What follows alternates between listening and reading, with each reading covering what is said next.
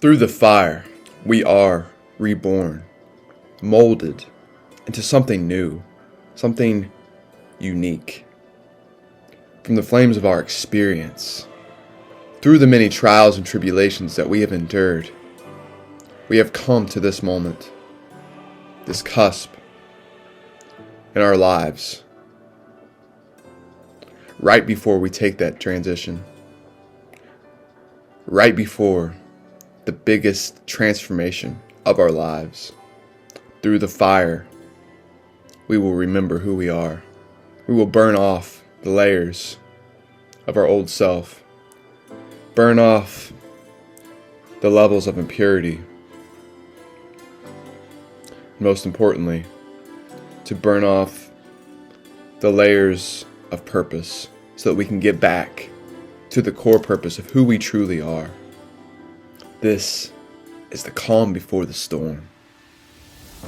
The moment right before your biggest breakthrough.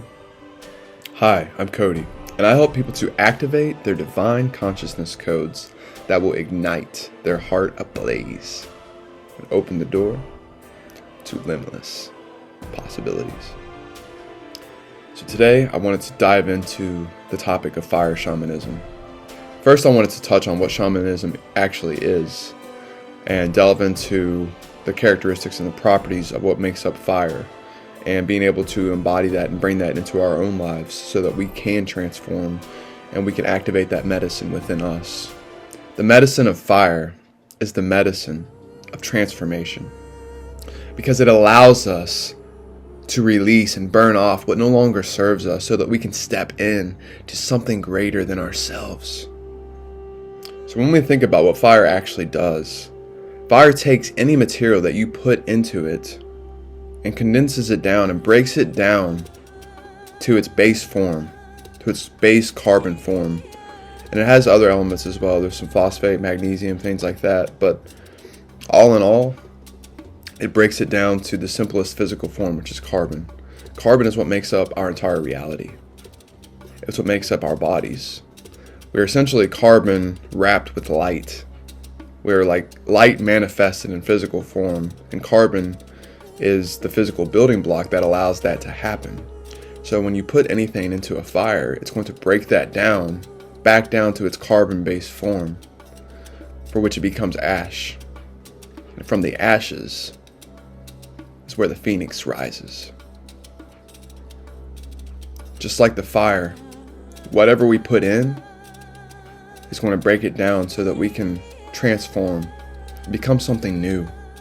When we utilize the energy of the fire and the medicine of the fire, and we embody that within ourselves, we are essentially embodying the transformation, that transformative element that comes with fire, because we are burning off the layers that no longer serve us. We are burning off the beliefs that no longer serve us, the people. You can even use it to sever cords that no longer serve you. Of course, there needs to be some healing work done around that because there's still energy tied to those cords oftentimes.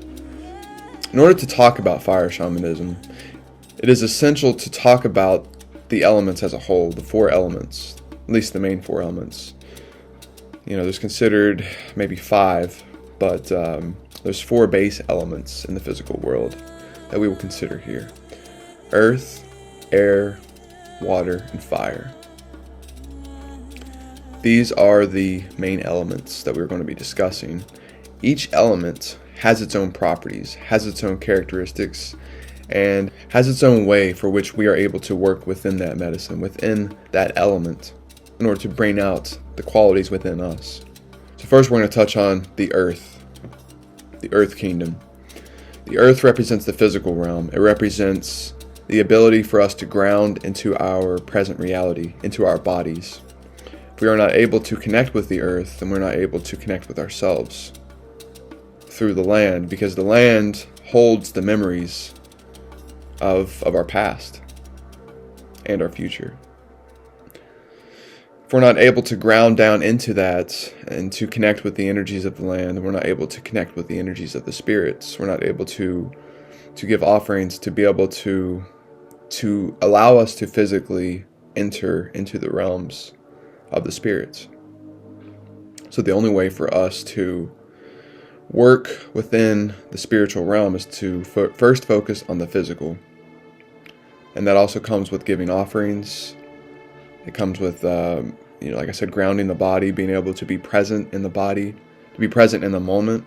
If we're not able to be present in our bodies, we're not going to be present in that moment. So we're going to get lost often in a sea of thoughts, and we're going to get lost in our heads. We're not going to be able to actually go through this journey, this spiritual shamanic journey. The next element that I want to discuss is air. Air represents the mental realm. It also represents our breath. Breath is life, and in order for us to enter into these higher realms, it is essential for us to have our breathing down pat, for us to have a rhythmic breathing process. So there's different types of breathing that we can do, and it depends on what type of energy you're looking to embody within you. That will determine what type of breath work that you wish to use. There are a variation of different breathwork techniques that will take you into altered states of consciousness. But what we're going to focus on here is just having a steady rhythmic breathing so that we can focus our bodies, focus our minds, and not get too distracted. It also could be good sometimes to do like holotropic breathing or something, to where you release a lot of that out of the body, a lot of that air, and you really open yourself up for deeper healing. Of course, everybody's different. Everybody's body's different. Everybody's process and journey is different. So it just depends on where you're at and what type of thing that it is that you are doing. Through connecting to this realm, we're able to connect with the land, the animals, the plant kingdom, the spirit realms as well. At least this is where we start to move into that. We start to be able to feel and see the deeper realities around us. Because the breath is used often to access hidden states of consciousness that are not previously available to us. Because our breath accesses parts of our bodies that have stored memories, that have stored capacities that we have not yet released or activated. And also just connecting with the land and our breath through the land, because we breathe in the oxygen, and if we're outside, then we're able to connect physically through the oxygen of the land in order to connect mentally as well. So that is the air element. The next element we're going to discuss is water. Water represents the emotions. The emotions are what essentially dictate and govern our lives. Because if you cannot think greater than you feel, then you're going to be dictated by your emotions. You're going to be led by your emotions. And all of your thoughts and your perceptions are going to be filtered through the lens of your emotional body. So if you have situations where you get triggered and you're not able to enter into the present moment, you're not able to be in your body, then you're not going to have the experience that you wish to have with meditation, especially with shamanic journeying. You're not going to be able to connect to those higher realms because you're going to be so stuck in yourself. You could have the physical and the mental and the spiritual mastered, but if you're not able to hone your emotions and to be at peace with your emotions and to truly feel and be present with those, then you're going to break down. You're not going to be able to be present in those moments where you need to be. You're not going to be able to show up for yourself. You're not going to be able to be strong in the moments where you need to be, because there are things that have not been processed within your body. Just like water flows like a river. It just flows. It doesn't stop. It may get impeded. And that is where in our lives, when we have obstacles and things come up and trauma that happens, these giant rocks that get placed in the river, and until we can be with that energy, until we can be with those emotions and feel that, then that rock is going to stay there. And the flow of energy through us is going to be blocked. Wherever that blockage is at, it's going to occur, and it happens in our bodies. It happens through various parts of our body. I mean, it could get stuck anywhere. And also different emotions often correspond to different parts of the body. But it doesn't mean that they can't get stuck in another part of the body. Now that we're speaking about emotions, I've actually been using the emotion code. I don't know if any of you are familiar with that, but that's something I've been using in my coaching as well as in my own life to help to clear out these stuck emotions that are weighing us down.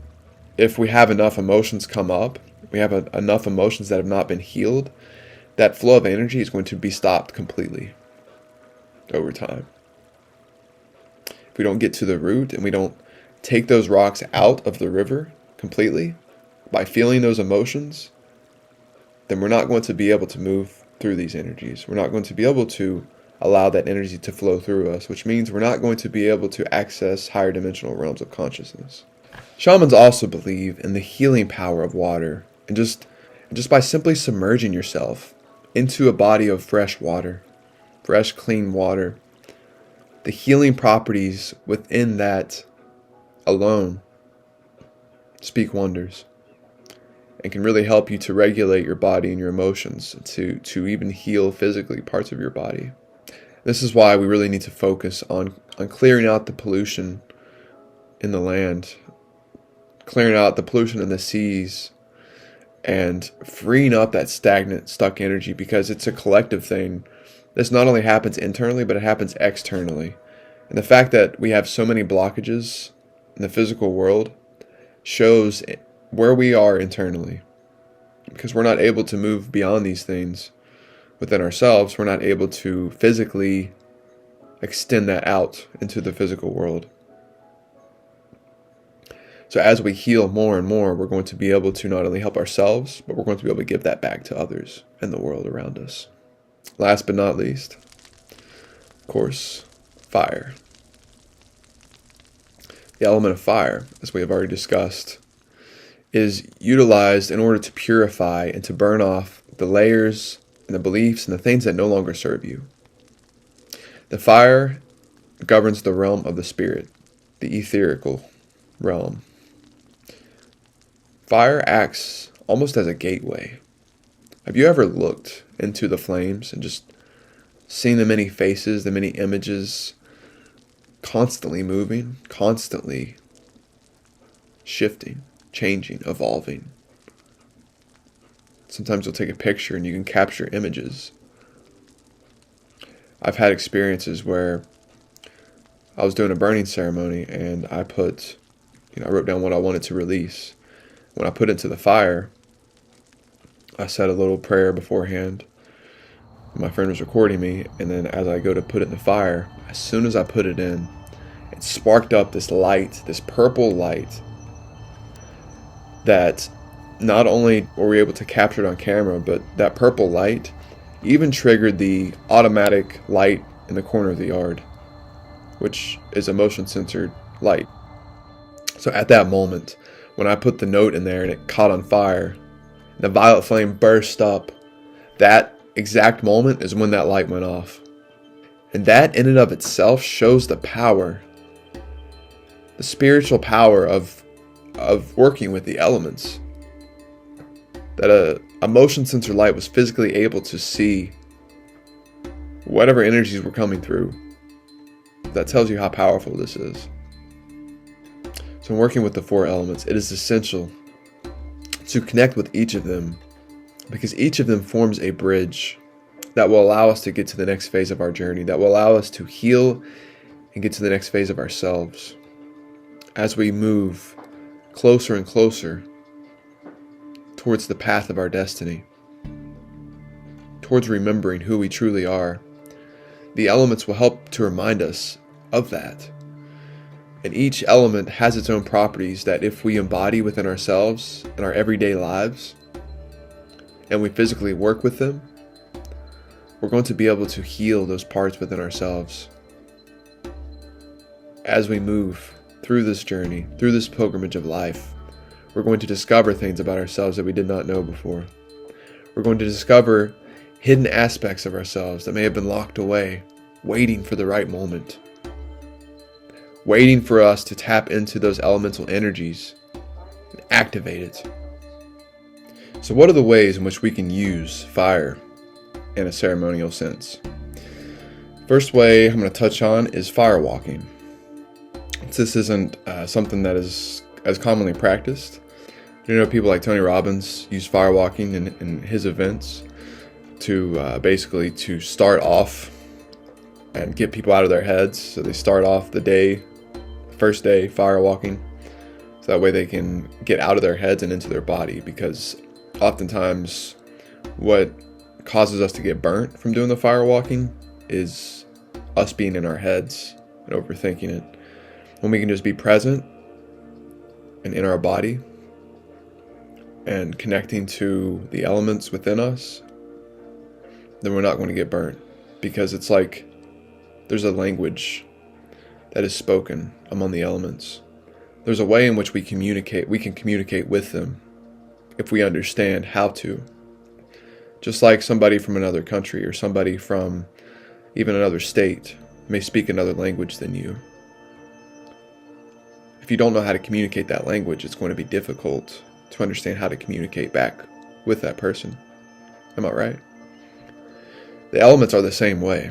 If we do not understand how to communicate with them and the properties for which they embody, then we're not going to be able to fully embody that within us either.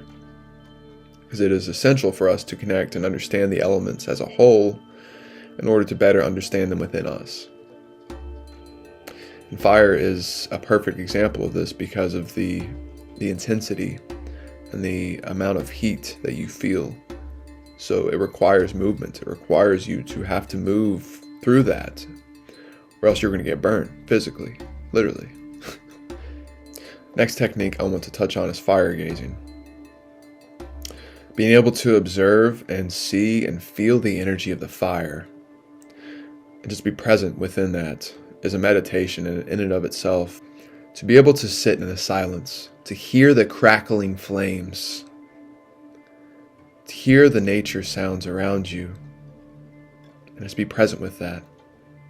What I like to do as well, I like to hold my hand up to the fire. I like to pull the energy into the palm of my hand, almost as if I'm drawing the energy in. And you can feel the heat in your hand as you do that. And I pull in as much heat as I can, and then I hold it. And I feel that heat. I feel that fire light up the entirety of my body. I feel it wash through me, burning off all the impurities within me, strengthening me at the core of myself. So I can feel that fire, and then when I breathe out, I'm giving the energy back to the fire. And it's almost like I can feel it amplifying its energy, its heat. And sometimes I do feel like it does alter it. It does shift the energy, the heat that the flame is giving off. Because everything here in this physical world is energy. And if we understand that and understand how to work within that framework, within ourselves and within the elements and just all of life, everything, everybody that comes into contact with you, if we understand how to harmonize within that and work with the people that are coming to us, work with the energies that are coming into our lives, then we will be able to transmute in ways never seen before. By being able to draw this energy in, we can really light ourselves up and give us that boost to take the step, to take the next leap into the next phase of our lives. The next one I want to touch on is vision quests. A vision quest is something that we used to do as a tribe, and it involves utilizing fire, but also working with the elements of nature, the earth elements as well. Essentially submerging yourself into nature, oftentimes with a guide, with a shaman, to help guide you through those experiences that are going to come up. And what people will often do as well, they will fast so that they don't have, often what people do, they will fast as well. So when people go on these vision quests, a big element of that is the fire, because they have the fire as the center point of the vision quest to focus their energy on something. Not only that, but to take themselves out of the other elements, like not eating, Not only that, but in order to eliminate distractions, most people will fast for days while they go on this vision quest and sit by the fire, oftentimes accompanied by a guide or a shaman, in order to facilitate whatever comes up. And by doing this, they're able to connect deeper with themselves and the land around them. Next one I want to talk about is fire scrying. Scrying is the act of staring into something with the intention of finding a message or seeing something within that. Oftentimes this is shiny objects or even a body of water. But where this is best used, in my opinion, is fire. Because like I spoke of earlier, it's possible to see faces, it's possible to see different energies, different symbols, things coming through the fire that, because the fire is constantly moving and changing, you're going to see a lot of different things. The fire is a gateway. It's a gateway to another world, another dimension. And through that gateway contains an infinite number of possibilities of what could come through, an infinite number of realities. I believe the fire connects us to every single point in time where a fire has been used. So essentially, it's a bridge between points of time to where you can connect to the past and the future. It's like, as you stare into the flame, you can see the various gateways. You can see faces. You can see different things that come to you. And lastly, I just wanted to touch on the stages of a fire ceremony. The first stage is the preparation. First, we must gather the appropriate resources and set up whatever environment we need, create the setting and the atmosphere for which the energy can flow into that moment, into that container.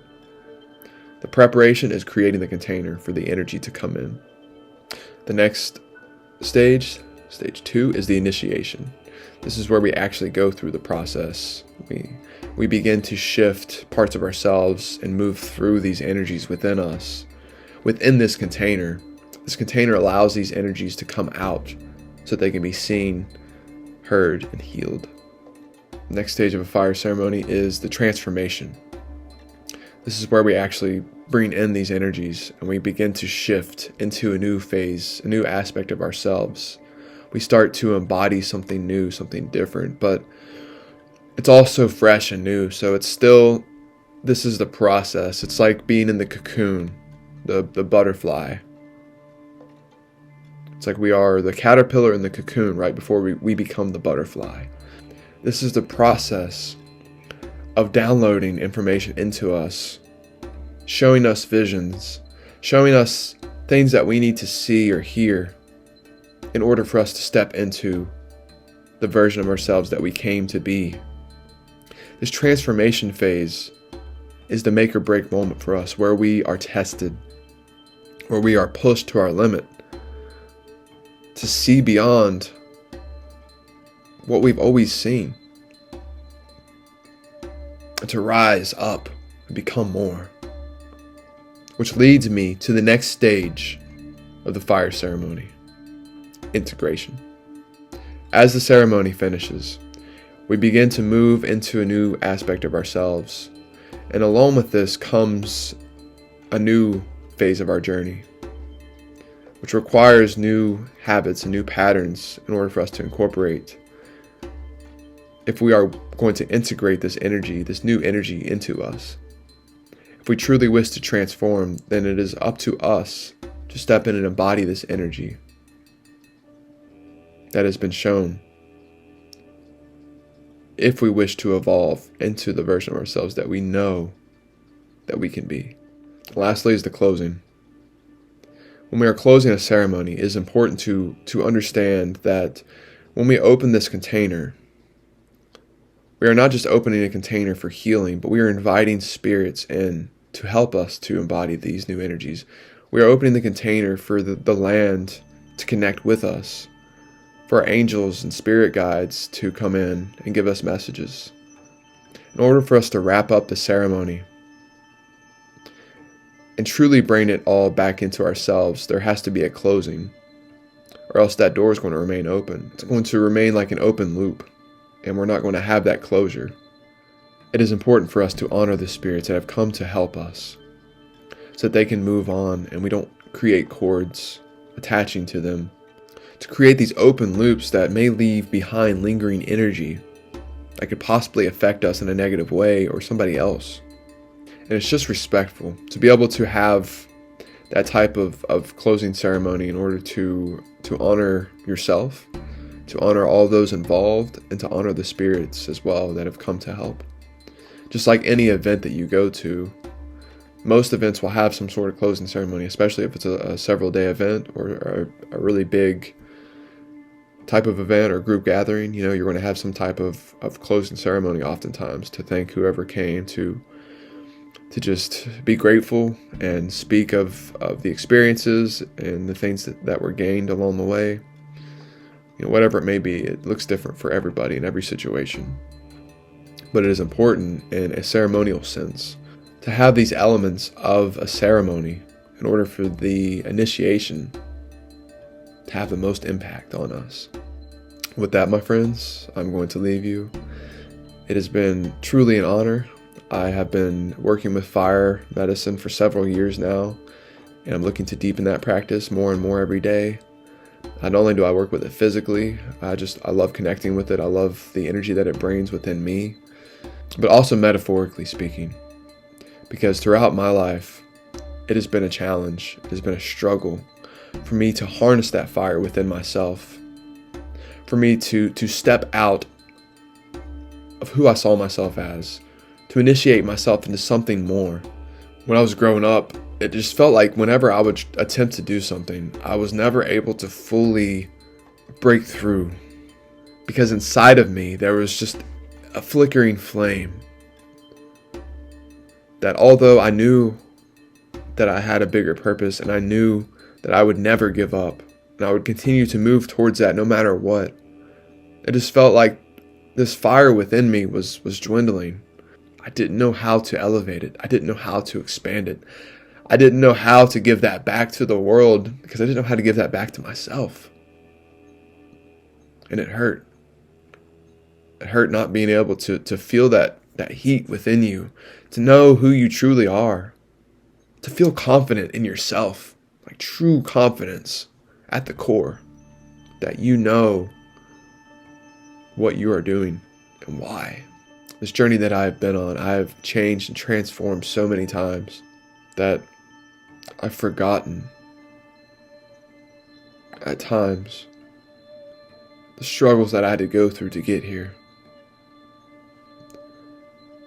The different versions of myself I had to become and evolve out of in order to get here. And what it took in order to do that. And it took the fire of transformation,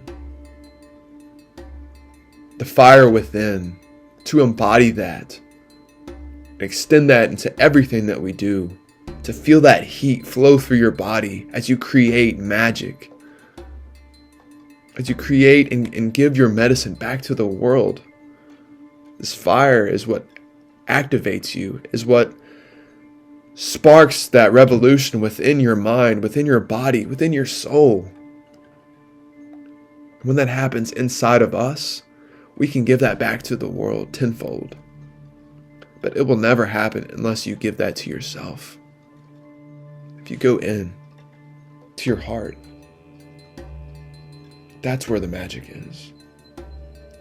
The fire is a guide and an activator to help us, to push us, to continue to move. But it is our heart that is guiding us back home, because that is where your dreams lie. That is where your true passions live. And this fire that burns within us can be equated to these passions that we have, the things that light us up, the things that make you come alive. That's what you want to give. That's who you want to be. To give that back to the world. But we cannot do that if we're holding on to all this emotion. If we're holding on to all these things that are bogging us down, that are weighing us down.